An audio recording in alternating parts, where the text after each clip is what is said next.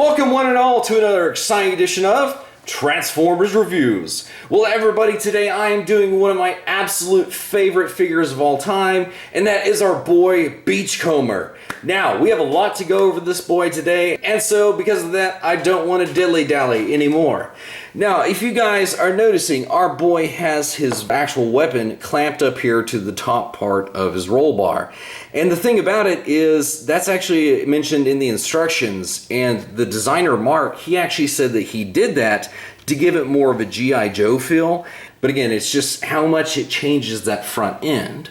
Which, speaking of, is starting to mimic the original figure, which you can see that the knees are exposed there and everything. So it does give this guy more of an old school vibe, even though he didn't have the weapon. Now, see, when I was growing up, I didn't have like the medium-sized boys. I had the mini-bots and big leader man Optimus Prime. So they were either, you know, big head honcho energy or little tiny guys. So to see these guys finally get their time to shine as bigger deluxe figures, oh, I'm loving that. And the detailing in his robot mode, from the diamond floor plate, the original engines back here, you can see how that's translated. Of course, we saw the fabulous headlights on this guy.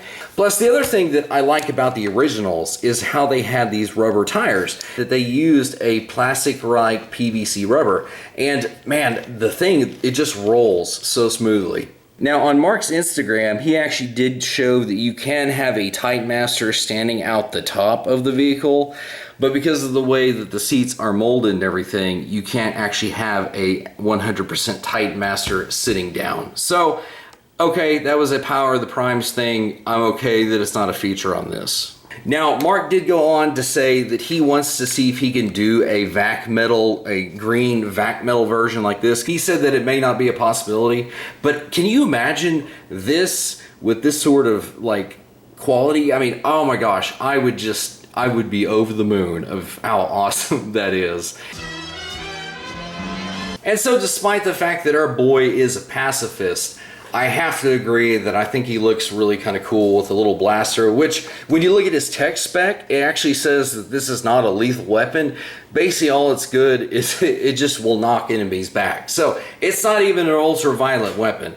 However, if you want it to be that way and totally fly in the face of that, you can add a blast effect and just imagining it's, you know, I guess melting holes in some Decepticons. However, you can kind of see that our boy is a little bit outmatched by even a Seeker. And I mean, that's accurate. So, I mean, it does kind of give him this whole underdog vibe, which I'm definitely about because, you know, how can we not root for the underdog of the story? You can see here that he's got the big OP man and smoke screen backing him up. And you know what's great about him being one of the first two seasons cast is that he fits in really well with these boys. Mark and Evan have really tried their best to make sure that all the legacy figures don't clash terribly with Earthrise or Siege figures.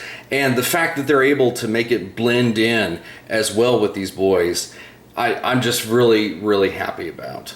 So one of the last things I want to go over is some of the details on this guy, because the details like the emblem there on his chest with like the ribs thing that's sort of going on, the detail on his belly and things, to kind of see those details now blown up and really like finalized with like paint and like definitive sculpting and everything, to just kind of see that stuff finally translated on a modern updated figure.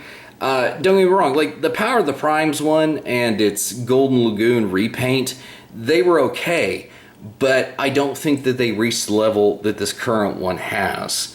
However, before we go, guys, I do ask if you haven't seen the DevCon video. It is coming out pretty soon, if not out already. And on top of that, we also did a top 6 summer picks for the year. I really kind of enjoyed that video. So if you haven't had the chance, please check that out also. And until next time, guys, we will see you in another review. You have something of mine. Don't interfere, humans. The Decepticons will take control of all the Minicons. You have no way to stop us.